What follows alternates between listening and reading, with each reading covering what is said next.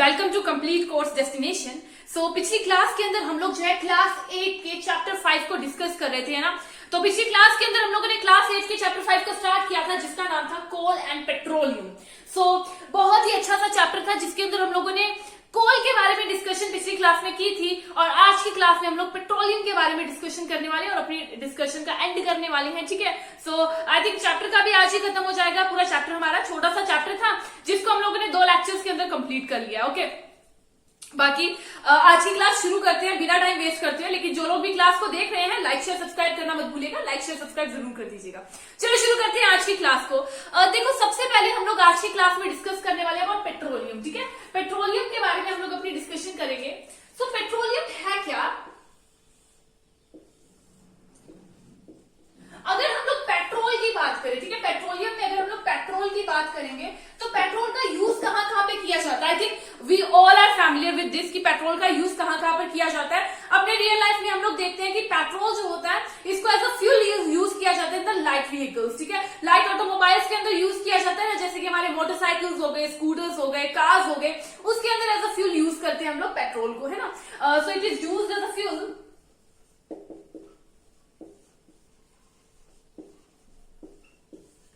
in light vehicles like motorcycle हो गया, scooter हो गया, कार हो गई। तो इन सारे लाइट व्हीकल्स के अंदर फ्यूल की तरह यूज किया जाता है पेट्रोल को। अब हमारे लाइट व्हीकल्स की तो बात होगी, लेकिन जो हैवी व्हीकल्स है लाइक ट्रैक्टर हो गया, ट्रक हो गया, उसके अंदर किसको यूज किया जाता है एज अ फ्यूल? उनके अंदर यूज किया जाता है डीजल को एज अ फ्यूल। तो डीजल का यूज कहां पर होता है? Is used as a fuel in heavy vehicles. Heavy vehicles like हमारे ट्रक हो गए, ट्रैक्टर्स हो गए, ठीक है। तो पेट्रोल एंड डीजल की हम लोग यहां पर बात कर रहे हैं। तो एक्चुअली हमारे पेट्रोल एंड डीजल कहां से ऑब्टेन होते हैं? Petrol and diesel are obtain from some natural resources called petroleum. Natural resource हमारा पेट्रोलियम, वहीं से ऑब्टेन होते हैं हमारे पेट्रोल एंड डीजल।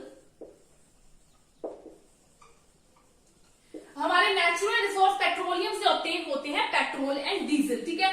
तो अब यहां पर एक बहुत ही इंपॉर्टेंट सी बात, तो क्या आप लोगों को पता है that how does petroleum is formed? Petroleum की फॉर्मेशन किस तरह से होती है?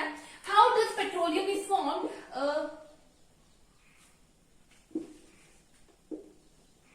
How does petroleum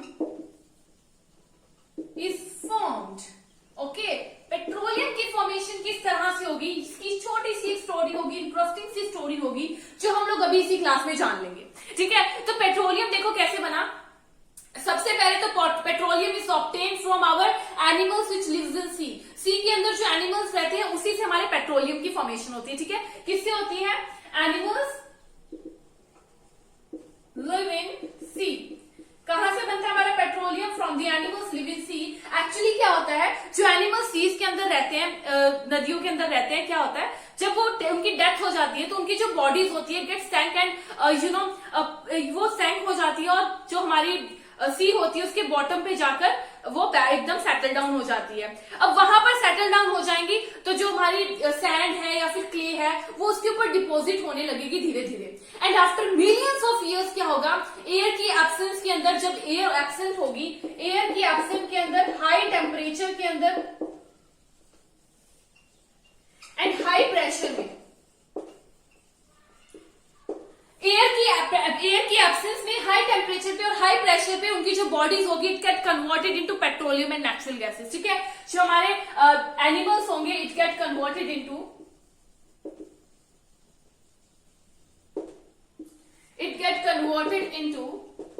petroleum and natural gases, okay. So ये होता है हमारा एक्चुअली फॉर्मेशन ऑफ पेट्रोलियम। किस तरह से पेट्रोलियम की फॉर्मेशन है, अब सबके माइंड में क्लियर होगा। सबसे पहले तो ऐसे एनिमल्स से होती है विच लिव्स इन सी। सी के अंदर रहने वाले जो एनिमल्स होते हैं, जब उनकी डेथ हो जाती है, उनकी बॉडीज जो है बॉटम पर एकदम सेटल डाउन हो जाती है, वहां पर वो सैंड की लेयर से क्लेस के साथ कवर हो जाएगी और उसके बाद जो हमारी बॉडीज होंगी after millions of year air की एब्सेंस में हाई प्रेशर पे और हाई टेम्परेचर पे it get converted into what, it get converted into our petroleum and natural gases. तो इस तरह से फॉर्मेशन होती है हमारे पेट्रोलियम और नेचुरल गैसेस की। तो हम लोग देख लेते हैं पेट्रोलियम एंड नेचुरल गैसेस के डिपोजिट किस तरह से डिपोजिट होते हैं। Petroleum and natural gaseous deposit। तो देखो क्या होता है, सबसे पहले हमारे पास कुछ रॉक्स आ जाएंगे, रिजर्वर्स रॉक्स कह सकते हैं, ठीक है। उनकी एक लेयर होती है लैंड के अंदर,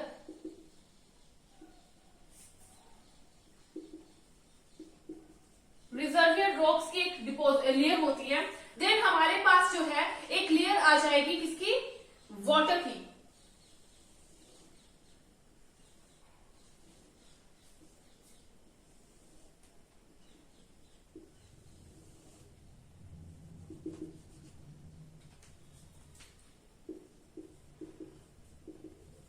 वाटर की एक लेयर आ जाएगी, वाटर के जस्ट अबव ऑयल की लेयर होगी एंड जस्ट उसके अबव क्या होगी, हमारे गैसेस की लेयर होगी।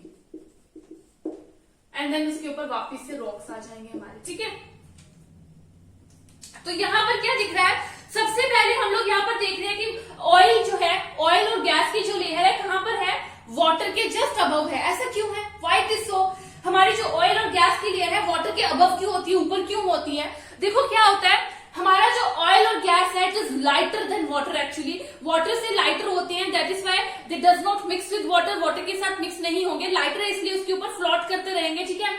सबसे ऊपर हमारी गैस होगी, देन हमारा ऑयल होगा, देन हमारी वाटर होगी। वाटर सबसे नीचे होगी क्योंकि सबसे ज्यादा हैवियर है, ऑयल उससे ज्यादा लाइटर है, गैसेस उससे ज्यादा लाइटर है, तो वो जो है एक लेयर्स के अंदर यहाँ पर प्रेजेंट रहेंगी। ओके, सो ये है हमारे पेट्रोलियम एंड नेचुरल गैसेस की डिपोजिट। नाउ हम लोग देख लेते हैं रिफाइनिंग ऑफ पेट्रोलियम, ठीक है।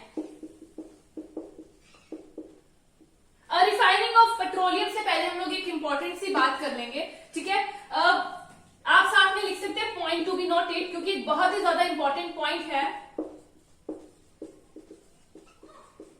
एक बहुत ही ज्यादा इंपॉर्टेंट पॉइंट है जिसको आप लोग नोट भी कर सकते हैं, क्योंकि ये हमें एग्जाम्स में पूछा जा सकता है, not only in our class exams, competition exams में भी पूछा जा सकता है। तो वर्ल्ड का फर्स्ट ऑयल वेल था, जो हमारे वर्ल्ड का सबसे पहला ऑयल वेल कहां पे ड्रिल हुआ था? तो world first oil well was drilled in USA in 1859। USA इन 1859।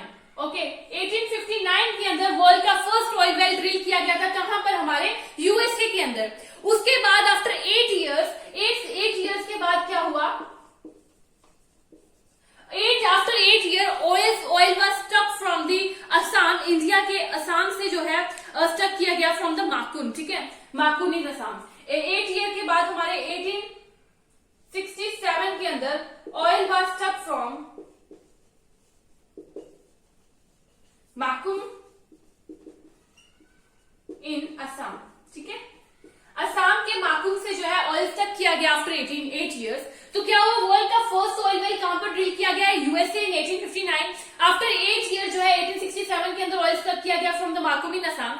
तो इंडिया के कौन से पार्ट में जो है ऑयल पाया जाता है? तो इंडिया के कौन से पार्ट है हमारे? सबसे पहले तो हमारा असम हो गया, ठीक है। असम के बाद हमारा आ जाता है गुजरात हो गया, then Mumbai high and river basins of Godavari and Krishna. Okay, so ये सभी हमारे जो है ऐसी प्लेसेस है जहां पर इंडिया के अंदर ऑयल जो है पाया जाता है। सो ये हमारा इंपॉर्टेंट पॉइंट था जिसको आप नोट कर सकते हैं। Okay, our next topic is refining of petroleum. देखो पेट्रोलियम के बारे में हम लोग पढ़ रहे हैं, तो हमारा जो पेट्रोलियम है एक्चुअली क्या है?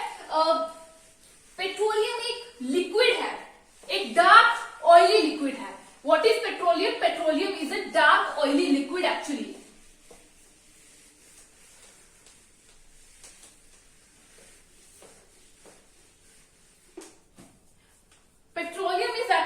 डार्क ऑयली लिक्विड जिसकी एक बहुत ही ज्यादा अनप्लीजेंट स्मेल होती है।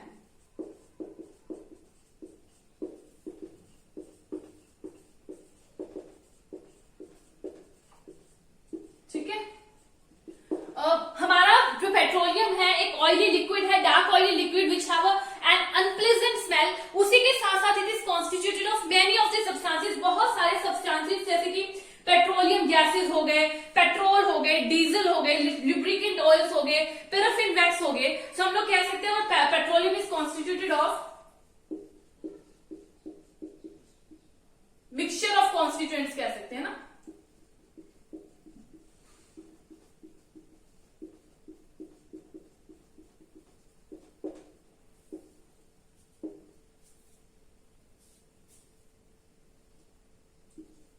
Petroleum gas,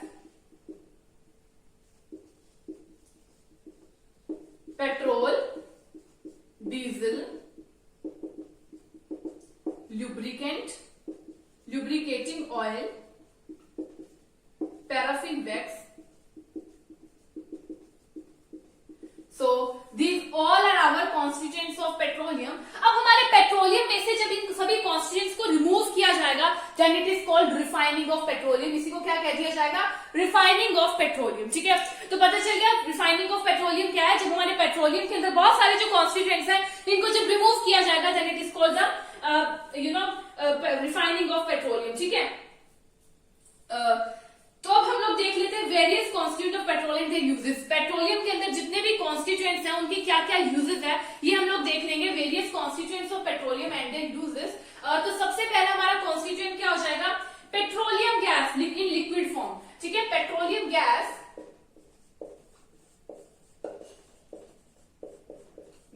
in liquid form. तो लिक्विड फॉर्म वाली पेट्रोलियम गैस को क्या कह दिया जाएगा? एलपीजी। ठीक है, लिक्विड पेट्रोलियम गैस कहां पर यूज की जाती है? Fuel for home and industry. Home and industry के अंदर फ्यूल के तौर पे यूज की जाती है।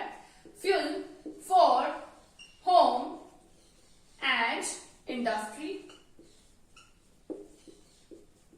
So these are our petroleum gas in liquid form which is called LPG.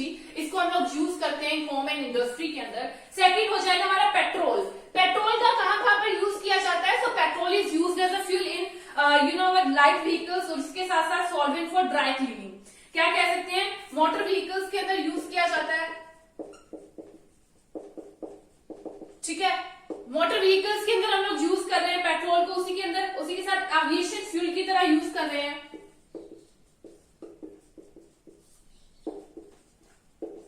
ठीक है, एविएशन फ्यूल की तरह यूज कर रहे हैं। Solvent for dry cleaning, dry cleaning के लिए सॉल्वेंट की तरह यूज कर रहे हैं। Solvent for dry cleaning. So these are our uses of petrol. ठीक है, पेट्रोल के बाद अगला हम लोग कॉन्स्टेंट देख लेते हैं। अगला कॉन्स्टेंट क्या आ जाएगा? कैरोसिन। सो कैरोसिन का यूज कहां कहां पर किया जाता है? हमारे कैरोसिन का हम लोग यूज करते हैं in fuel for stoves, lamps. ठीक है, स्टोव्स एंड लैंप्स के अंदर एज अ फ्यूल यूज किया जाता है। Fuel in stove and lamps. Lamps and stoves के अंदर एज अ फ्यूल यूज किया जाता है। उसी के साथ साथ जेट एंड एयरक्राफ्ट के अंदर भी यूज किया जाता है। ठीक है, and for jets and aircraft and jets के अंदर भी कैरोसिन का यूज किया जाता है। थर्ड हम लोग देख लेते हैं डीजल। तो डीजल का कहां पर यूज करते हैं हम लोग? डीजल को यूज किया जाता है as fuel for having motor vehicle, electric generator के अंदर। ठीक है, fuel motor vehicles,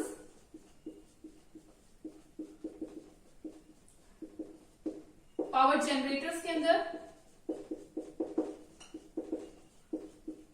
okay, so these are our uses of diesel. Next हम लोग देख लेते हैं that is lubricating oil. Lubricating oil का कहां यूज करते हैं? लुब्रिकेटिंग ऑयल का यूज किया जाता है लुब्रिकेशन में। लुब्रिकेटिंग ऑयल का यूज किया जाता है। पैराफिन वैक्स आ जाती है। हमारे पैराफिन वैक्स को कहां यूज किया जाता है? पैराफिन वैक्स को यूज किया जाता है ऑइंटमेंट्स,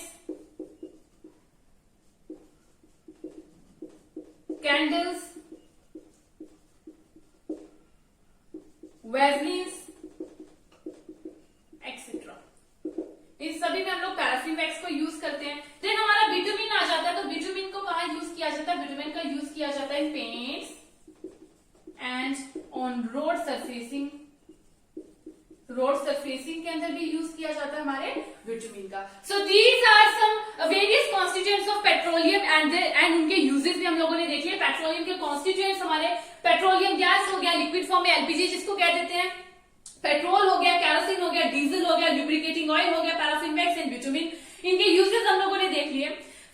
इसके बाद हमारा लास्ट टॉपिक आ जाता है नेचुरल गैस। तो नेचुरल गैस की अगर बात करें हम लोग, हमारी जो नेचुरल गैस होती है ये बहुत ही ज्यादा इंपॉर्टेंट फॉसिल फ्यूल होता है। What are our natural gas? It is an important fossil fuel. ठीक है, इंपॉर्टेंट फॉसिल फ्यूल होते हैं हमारे नेचुरल गैसेस। उसी के साथ साथ इंपॉर्टेंट फॉसिल फ्यूल क्यों होते हैं? Because it is easily transfer through the pipes के जरिए इजिली इसको ट्रांसफर कर सकते हैं हम लोग। ठीक है, पाइप्स के जरिए, और उसी के साथ साथ इसको इजिली ट्रांसफर कर सकते हैं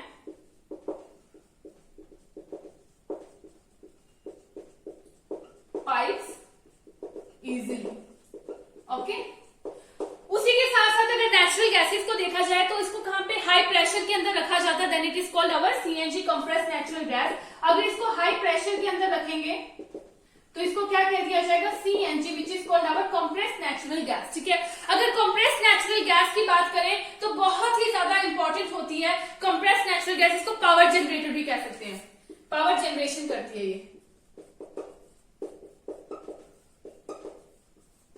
पावर जनरेशन के काम में यूज होती है। एक्चुअली जो हमारी सीएनजी होती है इसको हम लोग बहुत सारे ऑटोमोबाइल्स व्हीकल्स के अंदर यूज करते हैं, बिकॉज ये पॉल्यूशन फ्री होती है, पॉल्यूशन नहीं करती।